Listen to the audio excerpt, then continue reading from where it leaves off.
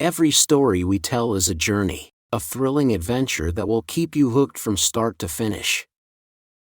Before we begin, let us know where you're watching from.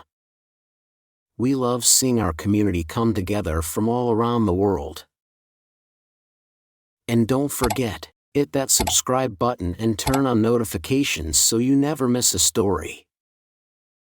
Tomorrow, we have a special story just for you.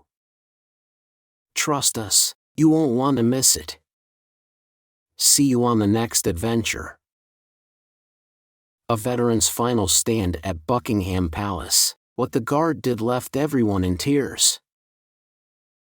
The morning sun bathed Buckingham Palace in golden light as William Bill Carter, a 78-year-old Korean War veteran, took his first measured steps toward the gates. The crisp autumn air carried the murmurs of tourists, the rhythmic clicks of cameras capturing the grandeur of the palace. But for Bill, this was no ordinary visit, this was a mission. His worn yet polished military shoes struck the pavement with deliberate force, each step a testament to a past that still lived within him. His jacket bore medals that had seen more history than most people around him could comprehend. The Distinguished Service Cross, the Purple Heart, and the Silver Star gleamed under the sunlight, catching the eyes of passers-by who paused, sensing something extraordinary. But Bill didn't stop, didn't acknowledge the stares. His focus remained ahead, his ice-blue eyes locked on his destination. Each step felt heavier than the last. His legs, once powerful and unwavering, now trembled under his weight. The years had stolen much from him, friends, youth, strength, but they had not taken his willpower. His breath came in slow, controlled exhales, just as it had during long marches in Korea, when the cold cut through his uniform like knives. He had faced enemy fire, survived impossible odds, and yet, today, walking these last 20 feet felt like the hardest battle of all. The crowd around him had begun to take notice. Conversations faded, cameras lowered, and even the excited chatter of children softened as people instinctively gave way, clearing a silent path for the veteran. A young father pulled his son closer, whispering something about respect. An elderly woman, tears welling in her eyes, clutched her husband's hand. Bill knew he could grab onto something, a railing, a lamppost, anything to steady himself, but that would mean admitting defeat. Not today. His knuckles turned white as he clenched his fists, forcing himself forward. Just like on parade, he muttered under his breath. With every step, his knees threatened to buckle, his muscles burned, but his pride held him upright. The palace gates were closer now, just a few more feet. The royal guard stood ahead, unmoving, the sun reflecting off his scarlet tunic. But through his unwavering stillness, the guard's trained eyes were locked on Bill, watching, assessing, recognizing. And as Bill inched forward, the tension in the air grew thicker. The crowd didn't know it yet, but they were about to witness something far greater than a simple walk toward Buckingham Palace. Bill Carter could feel the burn in his legs now, a deep, relentless fire that spread from his knees to his lower back. His once powerful frame had endured decades of wear, but he refused to let it dictate his final steps. He straightened his spine, adjusted his grip on nothing but air, and pushed forward. The palace gates were only a few strides away, but they may as well have been miles. The royal guard, standing at attention before him, remained motionless. His face betrayed nothing, but behind his rigid composure, Lance Corporal James Harrington had already assessed the situation. He had spent tours in Afghanistan, seen men push their limits past breaking points, and he knew when someone was about to collapse. Bill's steps faltered again. His right knee wobbled for a second, almost buckling. A gasp rippled through the nearby crowd, who had fallen into silent reverence, watching the struggle unfold. "Come on, Bill. Just like before." His whispered words carried the weight of years in the military, where standing tall had meant survival. His breath grew heavier, his vision blurred slightly, but his pride forced him onward.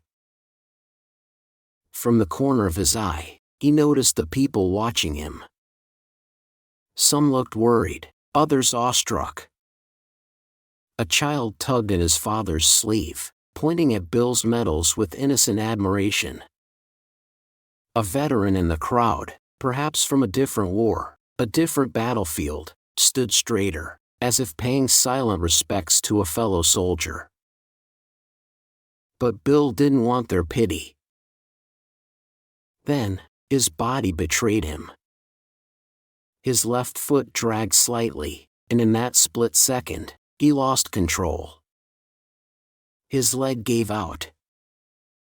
The ground rushed up toward him. The fall had begun. A collective gasp escaped from the onlookers. Someone in the crowd reached out instinctively, but they were too far away. And then, a blur of red and white moved. Lance Corporal Harrington, who had not twitched, not flinched in over 4 hours, broke protocol. His ceremonial rifle clattered to the ground as he stepped forward with precise, lightning-fast reflexes, his strong arms catching Bill just inches before he hit the stone pavement. For the first time in his career, Harrington had moved before he was ordered to. The silence that followed was absolute. The entire crowd held its breath, eyes wide in stunned disbelief. Bill Carter, who had faced bullets, grenades, the merciless cold of Korea, found himself held upright by a younger soldier in perfect uniform, standing as firm and unshaken as the very palace behind him. And in that moment, everything changed. Bill Carter's breath came in short, uneven gasps. His chest heaved, his body trembling from the sheer effort of staying upright. He hadn't fallen, because someone had caught him. His mind, still foggy from exertion, processed the moment in fragments, strong hands gripping his arms, steady and unyielding. His feet were barely holding his weight, but they weren't touching the ground alone. He wasn't alone. Bill lifted his head slightly and met the eyes of Lance Corporal James Harrington, the Royal Guard who had broken protocol to catch him. The younger man's face remained composed, his posture still as perfect as ever, even while supporting the weight of another soldier. But his eyes, they carried something more. Recognition. Understanding. Respect. Bill Carter had seen that look before. In war zones. In hospital rooms. In the mirror. It was the silent bond between men who had faced battles that others could never comprehend. The gathered crowd was frozen in stunned silence. Some had gasped when the guard moved, others had instinctively reached for their phones, but no one dared to speak. The significance of the moment was too heavy, too powerful to break with noise. Then, a different sound filled the space, a sharp, unmistakable clap. One person in the crowd had started applauding. Then another. And another. Within seconds, the entire courtyard of Buckingham Palace erupted in thunderous applause. Tourists, locals, veterans, families, they all clapped for the moment unfolding before them. Not just for Bill, who had fought so hard to reach his destination, but for the young guard who had done what no one expected. Harrington didn't acknowledge the crowd. His duty was still his priority. But his grip on Bill remained firm, ensuring that the older man had enough time to find his balance again. "I've got you, sir," Harrington said in a low, steady voice. The words hit Bill like a shockwave, as if they had come from the past. He had spoken those exact words before, on the battlefield, to a fallen comrade, in a moment of desperation. Now, someone was saying them to him. His body still trembled, but this time, not just from exhaustion. He swallowed hard, gripping Harrington's arms for another second before finally forcing himself to stand on his own. "Son," Bill said, his voice hoarse but steady, "you just made an old soldier proud." And that's when the guard did something even more unexpected. The weight of the moment pressed heavy on the air, thick with emotions unspoken. The applause had not faded. If anything, it grew stronger, rolling through the crowd like a wave, a tribute to the unbreakable bond between soldiers. Bill Carter finally found his footing, the tremor in his legs still there, but his resolve now steadied by something greater than his own will, the unwavering support of a fellow soldier. Lance Corporal James Harrington should have stepped back. He should have returned to his ceremonial stance, reclaiming the stillness that duty demanded. But he didn't. Instead, he adjusted his grip, ensuring Bill was fully stable before doing something that left the entire crowd in stunned silence. With perfect precision, Harrington raised his right hand in a salute. Not to a superior officer. Not to royalty. But to Bill Carter, a veteran, a warrior, a man who had stood when the world told him he couldn't. The crispness of the salute was undeniable. Sharp. Respectful. Absolute. For a moment, Bill could only stare. He had received many salutes in his lifetime, from fresh recruits, from fellow officers, from men who had followed him into the depths of war. But this one was different. It was not a salute for rank. Not for duty.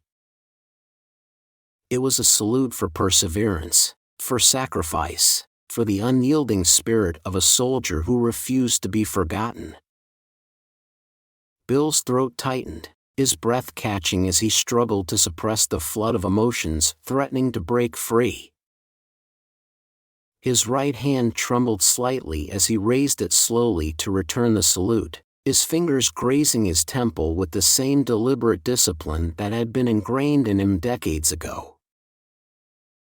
The crowd fell into an odd silence. The only sound left was the distant rustle of flags in the cool morning breeze. It was a moment beyond ceremony, beyond protocol. This was respect given freely, from one soldier to another. And then, something even more incredible happened. From within the crowd, one by one, veterans began to stand. Some needed assistance, some used canes, others relied on loved ones, but they stood. And they saluted. Different wars. Different generations. One brotherhood. Harrington remained motionless, his salute unwavering as he acknowledged not just Bill Carter, but every soldier who had ever stood for something greater than themselves. And for the first time in decades, Bill Carter felt whole again.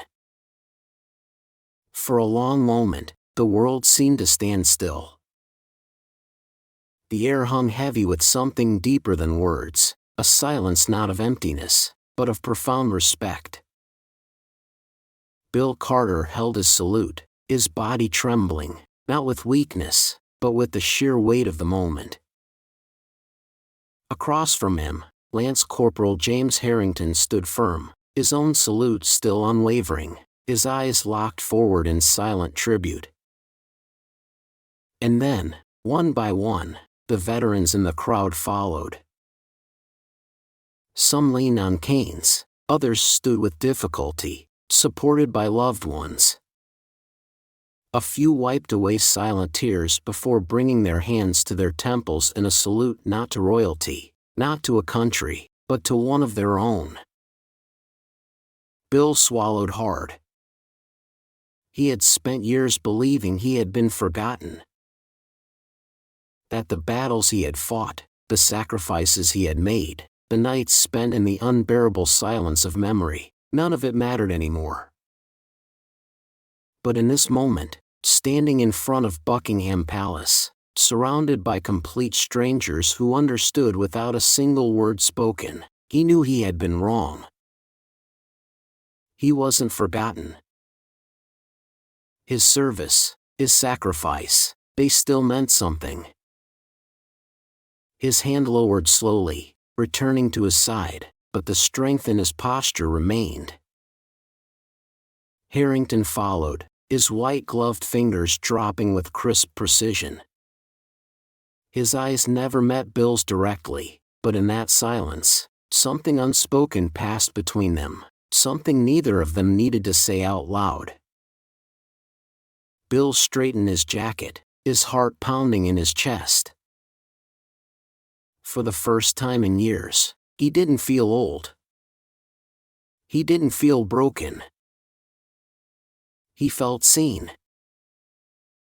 The crowd slowly began to stir again, some clapping quietly, others whispering to one another about what they had just witnessed. A young boy tugged at his father's sleeve. "Dad, was he a real soldier?" His father nodded, his voice thick with emotion. "Son, he still is." Bill turned to leave, his steps measured, his body still aching, but his spirit unshaken. Just before he disappeared into the crowd, a voice called out from behind him. "Captain Carter." Bill turned back. Lance Corporal Harrington had resumed his rigid stance, his ceremonial rifle held firm at his side. But then, in a moment that no one would forget, he gave the slightest nod. The kind of nod a soldier gives when acknowledging a man worthy of respect. Bill felt his throat tighten once more, but this time, he didn't fight it. He simply nodded back, then walked away, his shoulders squared, his head held high. And for the first time in a long time, he truly felt like a soldier again. What did this moment mean to you? Have you ever witnessed an act of respect that left you speechless? Do you believe honor and discipline still hold value in today's world? Share your thoughts in the comments below. Your perspective matters. And if this story moved you, don't forget to like, subscribe, and hit the notification bell for more powerful stories that celebrate courage, tradition, and the human spirit. We'd love to hear from you.